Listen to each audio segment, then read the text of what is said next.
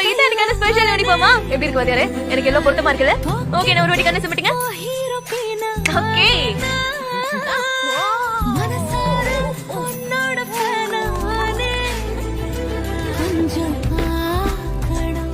இது நீ வரும்போதே வாங்கிட்டு வந்திருக்க. அது இருக்கட்டும், நீங்க எனக்கு துணைக்கு வந்தீங்களா?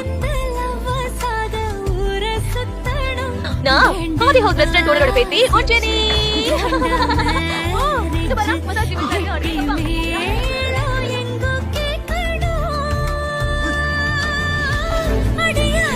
இது என்ன ஃபீல்